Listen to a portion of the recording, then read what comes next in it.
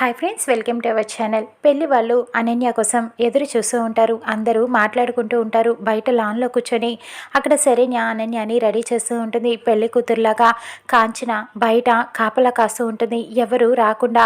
ఇంతలో గీత వాళ్ళ అమ్మ వెళ్ళి అడుగుతూ ఉంటుంది, ఏంటి నువ్వు ఇక్కడున్నావు, కాపలా కాస్తున్నావేంటి, అనన్య ఎక్కడా అని చెప్పి వెళ్తూ ఉండగా, అంటే అనన్యని రెడీ చేస్తుంది, అందుకే ఇక్కడ నేను వెయిట్ చేస్తున్నాను అని చెప్తూ ఉంటుంది. ఇంతలో అనన్యని పెళ్లి కూతురుగా రెడీ చేసి శరణ్య తీసుకువస్తుంది. అమ్మయ్య అని అనుకుంటూ ఉంటుంది. కాంచన జాగ్రత్తగా పట్టుకొని తీసుకువస్తూ ఉంటుంది.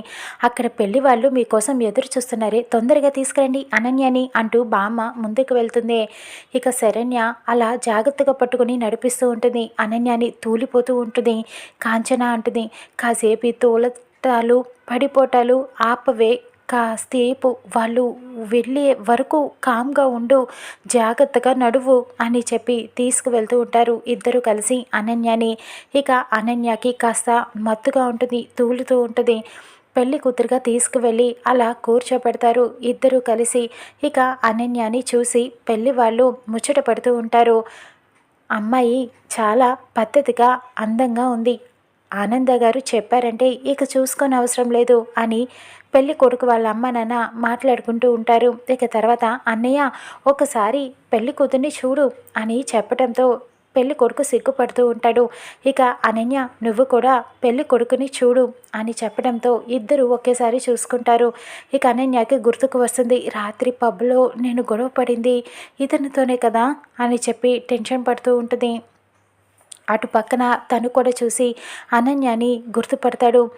రాత్రి పబ్లో గొడవ పడింది ఈ అమ్మాయే కదా, కానీ ఇప్పుడు తను కాదు, మళ్ళీ నేను మిస్టేక్ చేస్తే అనవసరంగా నాది తప్పవుతుంది. ఆనంద ఆంటీ చెప్పారు అంటే అలాంటి అమ్మాయి అయ్యి ఉండదులే, నేనే పొరపాటు పడుతున్నానేమో అంటూ అనన్య గురించే ఆలోచిస్తూ ఉంటాడు.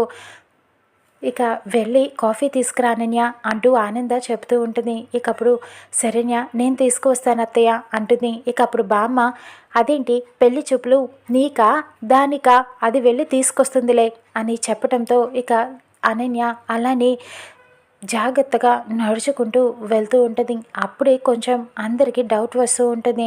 కానీ కాంచన కవర్ చేస్తూ ఉంటుంది, మా అమ్మాయి అని చెప్పుకోవడం కాదండి, మా అమ్మాయి చాలా పద్ధతిగా పెరిగింది అని చెబుతూ ఉంటుంది.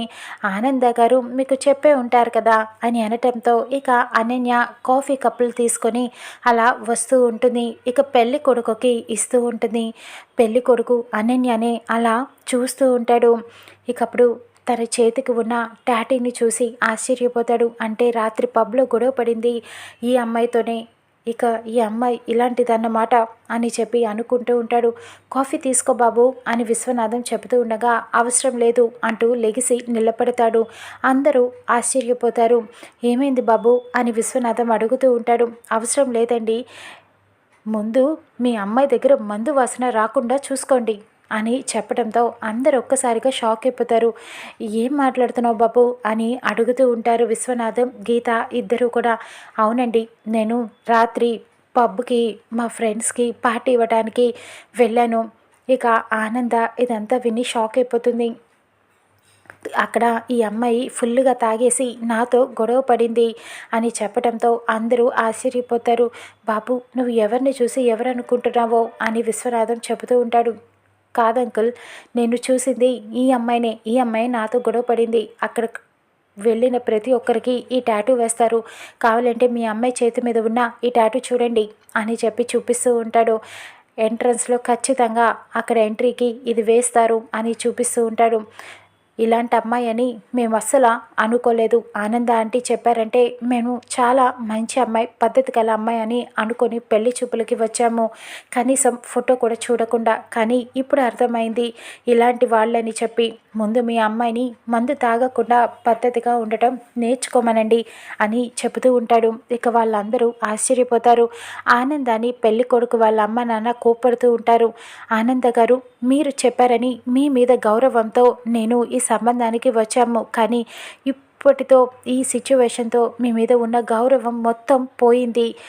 మీరు పెళ్లి చేయాలి అనుకోవటం తప్పు కాదు, కానీ ఇలాంటి అమ్మాయికి పెళ్లి చేసి మీ పని దులుపుకోవటం కరెక్ట్ కాదండి. వెళ్ళిన వాళ్ళు అన్యాయం అయిపోతారు కదా.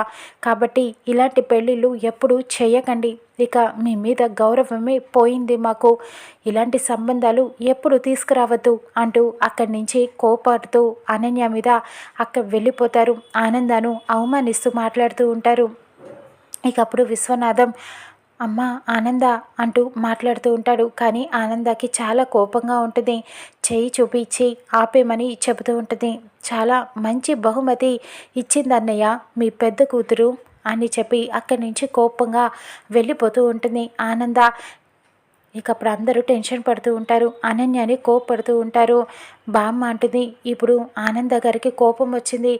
ఈ కోపంతో శరణ్య పెళ్ళిని కూడా ఆపేస్తారేమోనే అని చెప్పడంతో గీత టెన్షన్ పడిపోతూ ఉంటుంది.